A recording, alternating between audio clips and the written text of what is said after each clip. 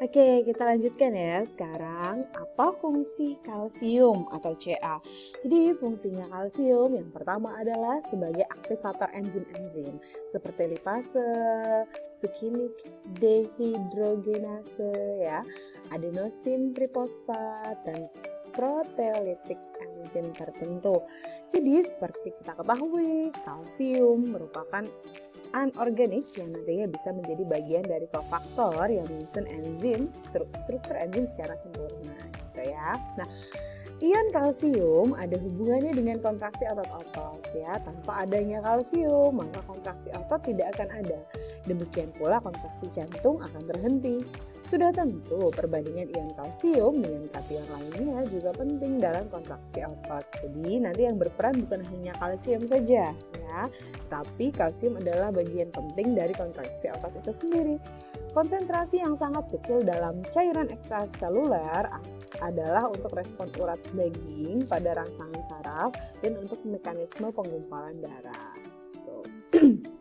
Nah, kalsium mempengaruhi transisi impuls saraf juga ya. Si Kostilkolin berperan untuk menyalurkan rangsangan saraf ya. Reaksi pembentukannya dapat dilihat sebagai berikut. Jadi nanti si ion kalsium itu membantu kolin plus asam asetat ya, dengan kolin esterase jadi asetilkolin. Nah, asetilkolinnya dengan kolin esterase lagi jadi kolin plus asam asetat. Jadi ini membantu transisi impuls saraf ya.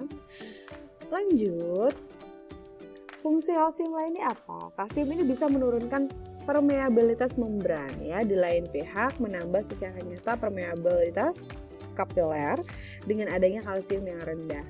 Keterlibatan kalsium dan kemungkinan ikatan dengan selaput baik di hewan gitu ya maupun pada tanaman-tanaman menunjukkan unsur ini membantu mengatur aliran ion melintasi dinding sel ya. Kemudian kalsium juga mengatur keseimbangan air atau osmotic effect dan keseimbangan asam basa yang banyak mempengaruhi keseimbangan asam basa itu ion Na+, K+, Cl- dan HCO3- sebenarnya, tetapi kalsium juga mempengaruhi keseimbangan asam basa walaupun dalam jumlah yang kecil.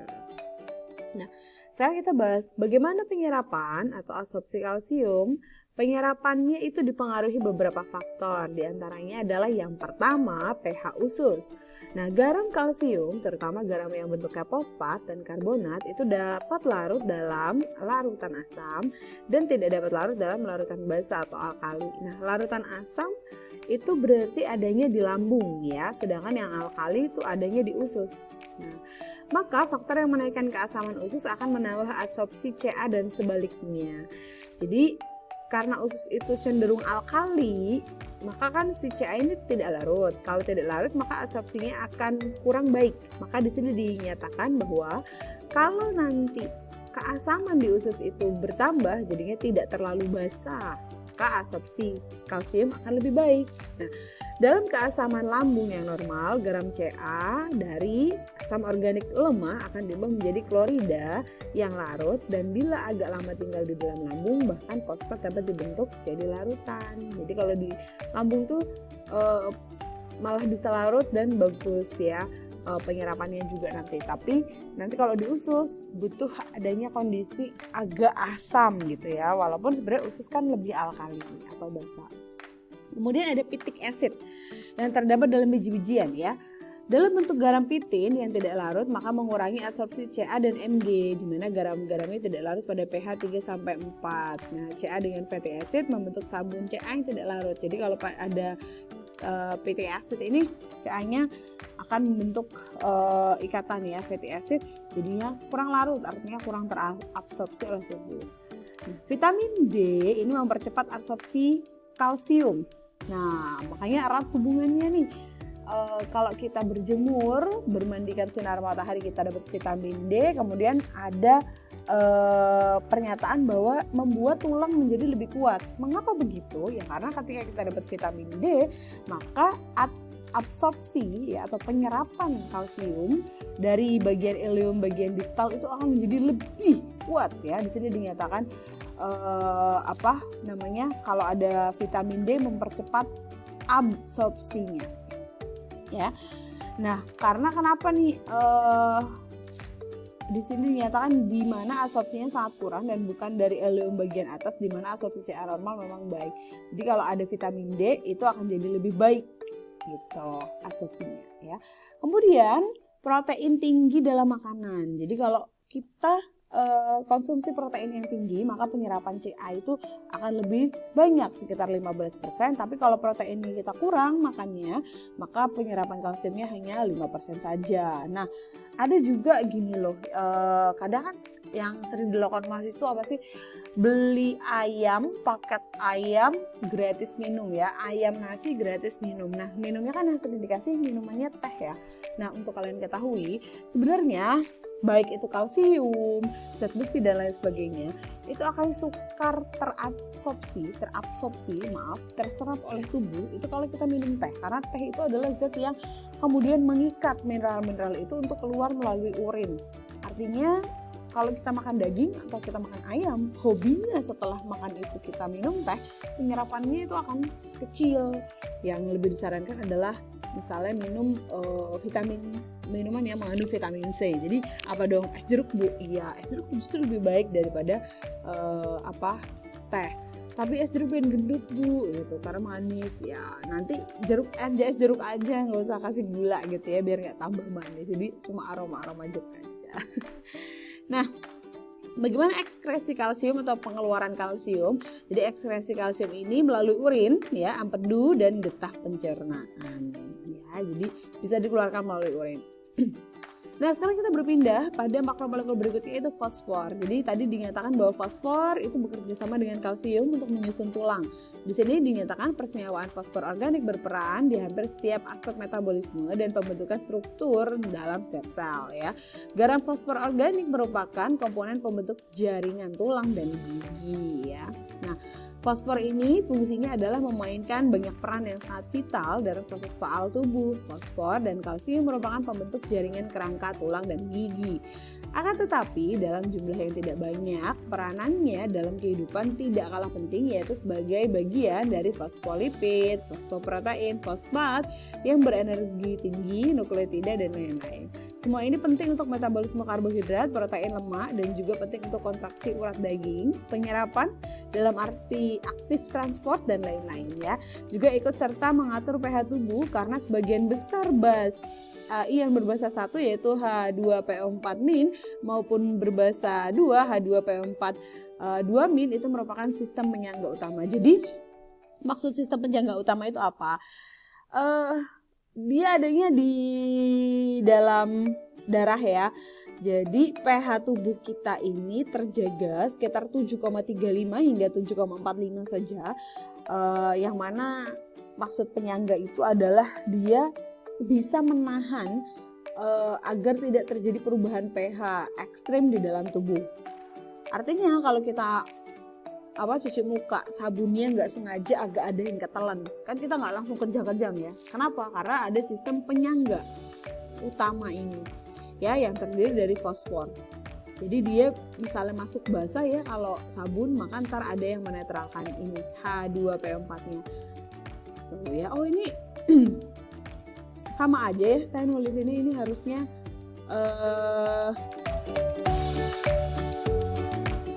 berbasa 1.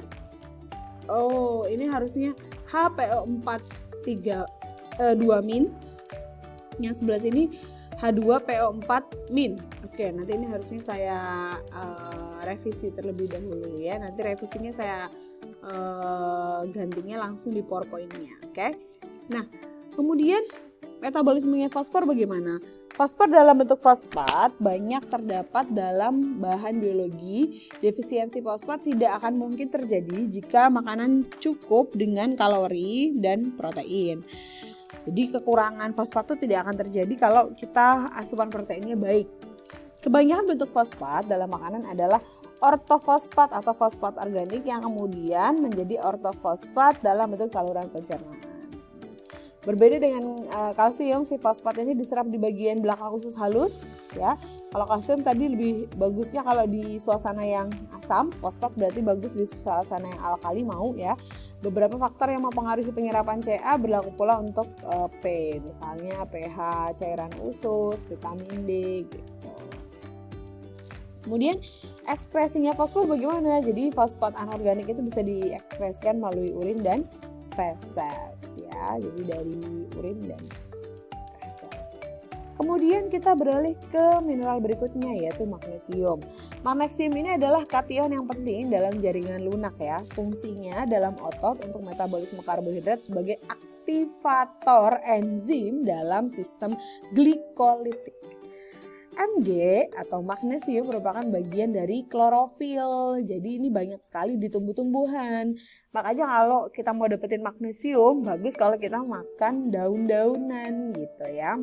Derivat dari kakao ya, bermacam-macam kacang, kedelai gitu ya, dan beberapa makanan laut itu juga banyak sekali mengandung Mg atau magnesium. Padi-padian, kacang-kacangan yang mentah dan kering gitu ya. Nah, kebutuhannya magnesium untuk laki-laki sekitar 350 mg per hari, untuk wanita lebih kecil ya, 300 mg. Ini 350, ini 300. Nah, metabolismenya magnesium bagaimana? Metabolismenya magnesium serupa ya dengan kalsium dan fosfor. Diabsorpsinya tergantung beberapa faktor lainnya. Tadi ada pH dan lain sebagainya, hampir mirip. Absorpsinya Mg itu terjadinya di usus halus, berarti mirip dengan fosfor ya. Nah, lanjut lagi. Kita punya natrium, kalium, dan klor. Natrium, kalium, dan klor ini merupakan 3 serangkai unsur yang berhubungan erat satu sama lain ya, fungsi faalnya maupun penyebarannya dalam cairan intra maupun ekstraseluler, juga di cairan otak. Nah, si natrium itu kita dapat natrium maupun klor ataupun kalium sebenarnya kita dapatnya itu dari garam. Tuh ya. Nah, garam itu kalau kalian pakai garam dapur yang biasa, penyusun utamanya NaCl ini. Ya, tapi kalau kalian pakai yang low SOSA atau low sodium salt, sodium itu adalah bahasa Inggrisnya dari natrium ya. Jadi sedikit NaCl itu berarti nanti garamnya itu banyak penyusunnya dari KCl, KBr kayak gitu ya. Nah, natrium dan kalium itu punya perbedaan yang cukup bertolak belakang atau dia akan bersifat antagonis ya. Maksudnya gimana? Mereka itu terpisah ya, letak kedua unsurnya di dalam tubuh. Kalau kalium hampir berada seluruhnya di dalam sel, kalau natrium itu adanya di luar sel ya. Secara struktur kalium ini ukurannya lebih kecil daripada natrium, makanya kalium adanya dalam sel. Kemudian kebutuhan akan natrium dan klor itu kita penuhi dari mengkonsumsi garam dapur. Di samping itu makanan yang berasal dari hewan juga akan kaya akan natrium. Terus kalium itu bisa dapatnya dari tumbuh-tumbuhan justru ya. Nah, natrium adalah komponen kation yang terbanyak dalam cairan. Nah, kalau kita ngomongin di ekstraseluler ya, di luar sel, kebanyakan natrium dalam badan bersenyawa dengan klorida dan bikarbonat dalam mengatur keseimbangan asam dan basa. Jadi dia juga membantu terjadinya keseimbangan asam basa atau yang kita sebut sebagai penyangga. Terus dia juga mengatur tekanan osmotik cairan badan, melindungi badan terhadap hilangnya cairan yang terlalu banyak. Oh iya, kalian tahu juga kenapa kok keringat asin ya rasanya ya, karena keringat itu kita keluarkan itu tubuh merasakan panas, kemudian suhu tubuh kan harus tetap terjaga, makanya responnya tubuh adalah mengeluarkan keringat. Nah, keringat rasanya asin ya karena keluar mineral ini ya, garam ya. Nah, terus menjaga iritabilitas normal dari otot dan permeabilitas dari sel. NaCl dan lainnya dalam garam itu mengatur sedemikian rupa sehingga serum globulin tetap dalam larutan. Kemudian kebutuhan sehari-hari yang dianjurkan untuk NaCl kira-kira berapa konsumsi garamnya? 5-15 gram NaCl aja per hari, jadi jangan lebih. Makanya sekarang itu banyak juga diet yang rendah gram. Oke. Terus kalau kalium sendiri apa fungsinya? Kalium itu adalah kation utama ya di intraseluler di dalam sel, tetapi juga konstituen yang sangat penting di ekstraseluler. Jadi dia sebenarnya paling banyak adanya di intraseluler, tapi dia juga ada sebenarnya di ekstraseluler, tapi lebih sedikit, lebih banyak natrium ya. Sebab ini mempengaruhi aktivitas otot terutama jantung ya. Jadi